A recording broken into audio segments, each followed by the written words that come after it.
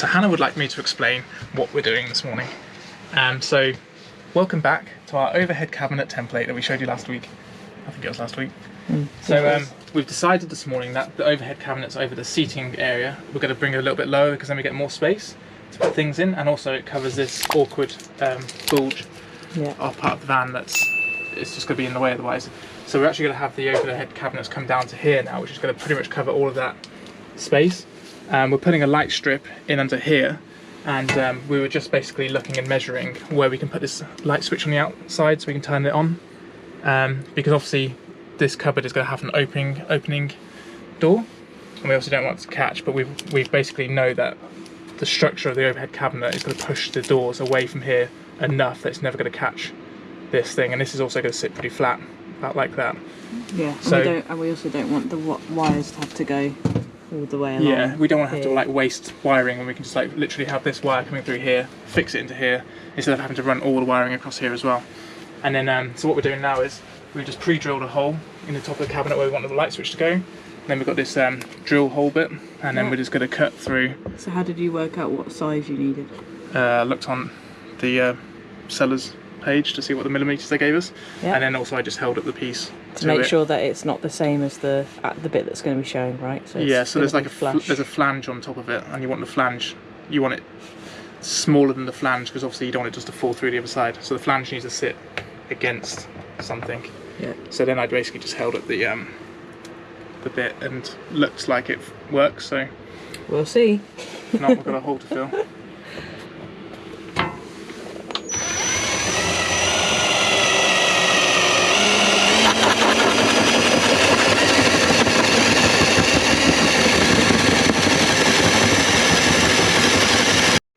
Through.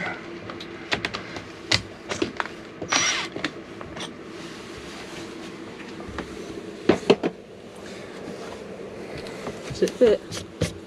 Find out. Made enough mess for it. It's gonna be too small, isn't it? Have to make it a bit bigger. Oh. Perfect. Ta-da! Awesome. So now we have a switch. So what we're going to do now is we're waiting for the lights to arrive, but we've got like a strip light that's going to run across here. Going to give a nice light in there because it's really dark and gloomy, so when we're getting things it's going to be difficult.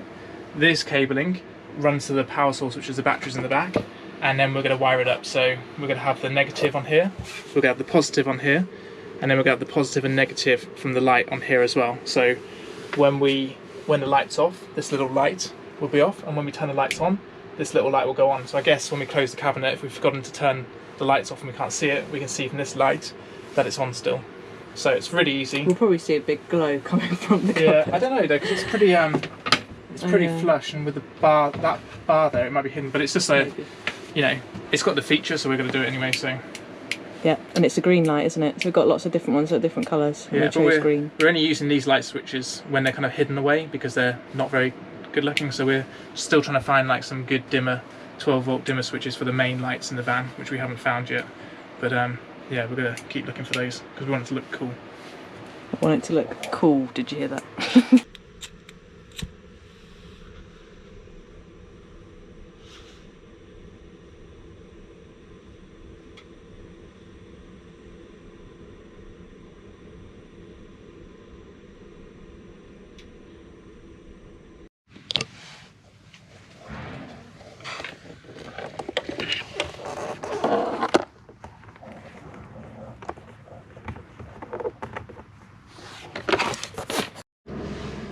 So these are some of the electrics that we've been fitting. We've got these dimmer switches. We've got one for the back here over the bed, which we're going to have these downlighters underneath cabinets here.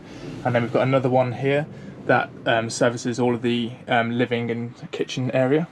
And then we've also got the inverter switch here, so we don't have to go underneath the bed. We can just push this button here, and then it tells us that it's all ready to go. And then, yeah, then we've got power into these wall sockets here. And then we're also going to have one of those over here as well. So that means we're going to have plenty of power to charge our laptops, use our blender and things like that. We've also mounted our water heater. So I'm not sure how much of our water system we've shown you so far, but we've basically run our pipe that's going to go down to our water tank underneath the van when that arrives. And then we've got our water pump here. We've got this expansion vessel, sorry. And I think what this does is it keeps the pressure and the flow of the system at a good level. So there's no like glugging or anything. It's a good even pressure throughout the whole system. And then these pipes are going to run across into the hot water tank. And it's a bit of a different system from what a lot of people do in a van. Most people would have like a gas heating system, but you know, it's a lot of effort to put all the gas lines in. We're going to have a gas line to the stove, but to then have all this, and it would have to be vented and everything outside of the van because of the combustion and the exhaust and everything. And so we thought that, you know, let's try this. We've seen one other person who does it this way, and we think we're going to have enough battery power and energy to power this.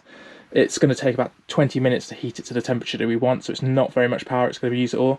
And they reckon that this can keep the water hot for 48 hours. So we think that's going to be a good system for us. It's a 10-litre tank. It's going to sit here nicely. Yeah, so we really hope that this is going to work for us. It's just going to save us a lot of time. It's a much cheaper system than going for like a proper motorhome camper van hot water gas system. So yeah, this should be pretty good for us. One thing I do want to try is, instead of having like the more rigid pipe coming through to the water system, I want to try these. We've got these tap connectors, and they're a little bit more flexible. They're actually not as flexible as I thought they were going to be, but I think that, you know, it's still the flexibility without damaging the pipe means that we can have a better connection in here without taking up too much space and having too many connectors. So we can literally take these and then connect them straight to the pipe. So I've got to run to the shop today to get some more fittings just to finish this off, and then we're going to make sure this is strapped in as well, because it's just mounted onto a bracket at the back, and when we're driving we don't want it to bounce or anything. So yeah, we're hoping to get most of the plumbing done today. We're still waiting for the water tanks to arrive, which means that we can't finish everything yet, and then we've got to figure out a way of having this wired in.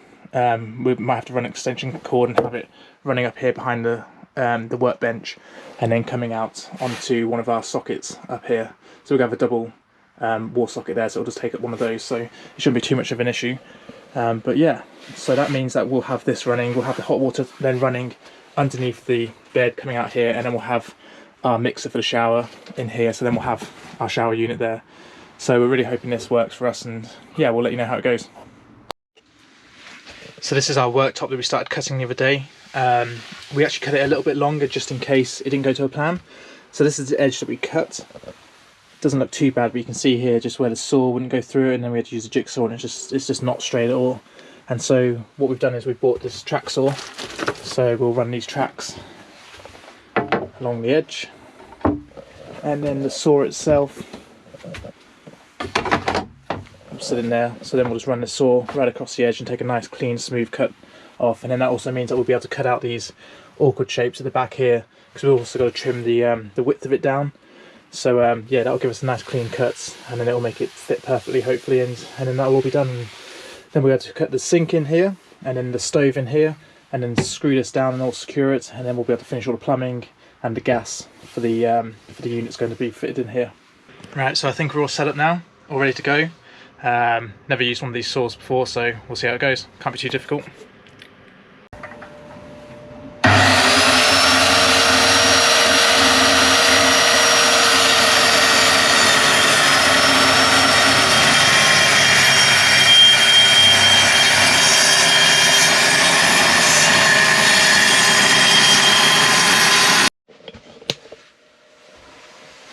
I think that went pretty well. It's definitely a straight line. I think maybe we need to go over that edge bit again, but that's going to be chopped off at the end, so I don't think I'm too worried about that. The only thing is the saw's quite harsh, and it's taken a few little nicks out of the wood, but I think we'll just run the sander over that, and that's going to be at the other end anyway, so I don't think that's going to be an issue. So yeah, much better cut than it was the other day when we did it. So the next stage of the worktop mission is we've cut out this this cardboard template, because we've got these it seemed quite complicated, these angles and stuff and these joins to come in here, and this bit is actually like sloping away from it as well, so there's a bit of a slope there. And we've also created a 2 centimeter overhang, so that when the units come they sit, you know, underneath the worktop, so it's a little bit of overhang there. And we've also put it flat there because we're going to have a flippy extension there as well. So the next stage for us is to trace this template onto the worktop and then use the tools to cut it out. We now have a worktop, so wasn't too difficult. It was yeah, I mean, that saw just makes life so easy. But yeah, it's all cut out now. There's a little bit of an overhang here that we've left on purpose just because we're going to put a board on the edge here, and then we need to work out the yeah, where the next board's going to come up against it. So we've left that on purpose, that we can always trim down. It's an easy straight line to cut. This is going to be boxed in here, so that's why we've cut it around like that to match the cabinetry. But yeah, I mean, there's a little bit of a I think it's just from crooked joinery at the back here, but that's going to be covered by some slats that run up to the ceiling. But apart from that, we've got a nice overhanging 2 by 2 centimeters here, and the worktop is now in, and the sun is shining just at the right moment. So just lining up all of our bits that are going to go in here. So this is the cutout template that they gave us for the stove. Fits in all right there, just checked underneath on the structural bits and it's not knocking anything. And then this is our sink that we're also going to have fitted here. So what we need to do next is just make sure these are lined up together and then get those holes cut, and also make sure there's going to be enough space to screw a tap hole in there underneath. And then we've got all the plumbing already fitted underneath here with these tap connectors, so they'll just run up to there and connect. And then once the tanks arrive for the underwater tanks, water tanks, then we connect everything together, and then we should be able to test the whole system. So the next job is just to make sure these all fit in nicely, get these holes cut, get them glued down and secured, and then basically the kitchen's looking pretty good. Then we've just got to build all the faces for the cupboards. So the next stage of the cutting is about to begin. We've measured out where the sink is going to go, and now we just need to cut out this rectangle, and then we can drop the sink in, and then we can measure out and do the same for the 2-burner hob that's going to sit there, and then we should have them all fitted. So we've measured about 1.5 inches in from the edge of the worktop, avoiding all of the structure underneath, and then we've left space here for a tap to sit in, so that can be plumbed in as well. So yeah, that's what it'll be like when it's finished. So we're going to cut that now.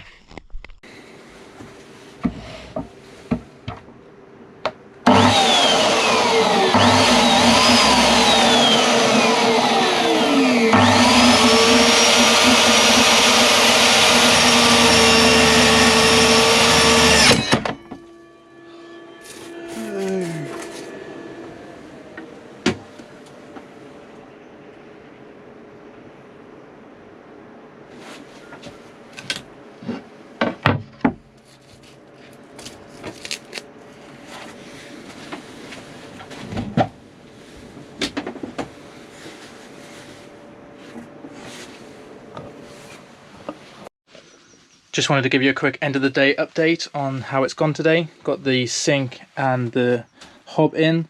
Did have a bit of a disaster with the saw. Basically it kicked out and it did this. So I was literally on the verge of tears when that happened, because it was going so perfectly up until that point. But me and Hannah both decided that this can be filled with some wood filler. Once it's sanded down, we'll barely notice it, and it's better than having to recut the whole thing again, because this will just be waste then. So yeah, lesson learnt. Be careful when sawing. Lucky it's better the wood than my fingers, but yeah, really annoyed about that. But other than that, I think it's looking pretty good. So yeah, got to put it in perspective, I guess. But yeah, pretty annoyed about that. But we'll fill that in, and then we'll show you what it looks like when it's filled and sanded, and we've oiled all the worktop down again because it needs it. But other than that, yeah, looking pretty good. So this morning we've sanded down the bits we filled in last night. You can barely see them, and once the whole worktop's oiled, you won't be able to see anything. So luckily we've been able to fix that mistake, which is good. And this morning we're doing a test run of fitting the end board to the cabinet, and also the drop down extension arms. So we're just doing a bit of a dry fit, so we're making sure we get it all fitted properly. We're making sure we get the depth of the board right, and then we're going to put some support structures on underneath to take the weight of the extra bit of worktop, and then we'll go get a bit of wood that covers the whole of the back bit, and then we'll be able to have a nice extending worktop at the end. So that'll add a ton of space on, because obviously most of the worktop's taken up with stove and sink, and so yeah, that'll be a really useful piece of worktop. So our new tap for the kitchen just arrived this morning, so yeah, really like it. Gonna install this today. It's an extendable hose one, so we can swing it round when the doors open, rinse our feet off, have an outdoor shower if we wanted to. Fitting the black theme, as the rest of our finishing touches are going to be in black. and just started marking out where it's going to go. So it's going to sit here, and that gives it the angle to the nozzle to be firing down in the middle of the sink, and then still plenty of room to swing around and shoot water outside as well. So hopefully the fitting all goes to plan, and we'll show you what it looks like when it's finished. So I've just cut the hole for the tap. I actually made a bit of a template to put over it just in case the hole sort of slips and I didn't want to mark the wood, so it's always good to make a little bit of a template. And what we're going to do now is we're going to test to see if the tap actually fits.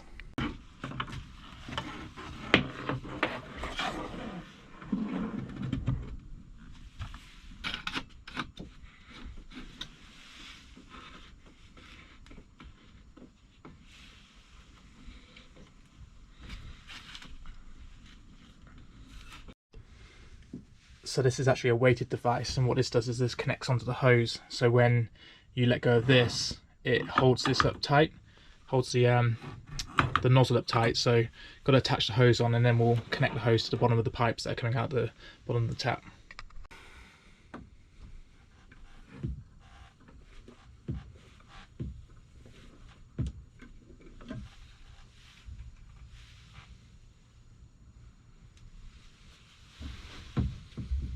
So now we should be able to pull this out. It's got a good bit of weight and it'll go back in. So I think what I might do is I might make a bit of a shelf, because obviously we don't have domestic, you know, the luxury of having a completely clear background here, and that's just going to bang and swing all over the place, which is going to be really annoying when we're driving. So I might create like a little bit of a shelf just underneath here, so when it comes down it just sits on that, almost like a little basket, and it stays out of the way then. But yeah, I mean, this is going to be pretty good. The one thing about this is it's got a lot of hose, and I'm thinking like maybe we could connect it on a little bit further so we get more extension than just that out of the hose. But we'll see, we'll play around with it and we'll see what happens.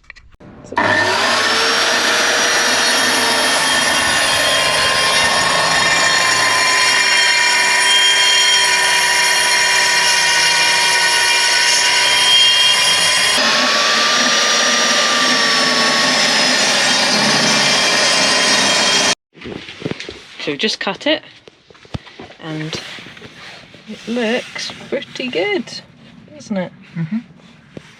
So I feel its boat though. Oh, yeah. Right, let's take this one off the... So we're going to fit it now. Yeah. Cool. Just going to get rid of the sample cutout and put the new one on. Let's just cut here.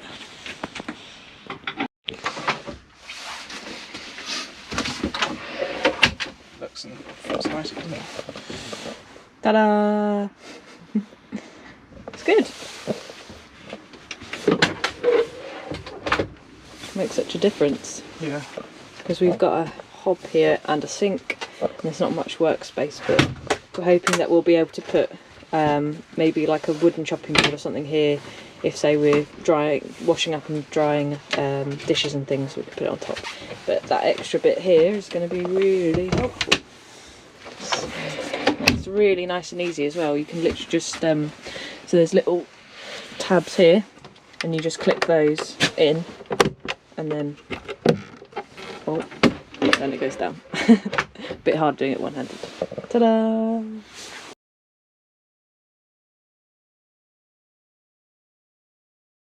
That's what we do.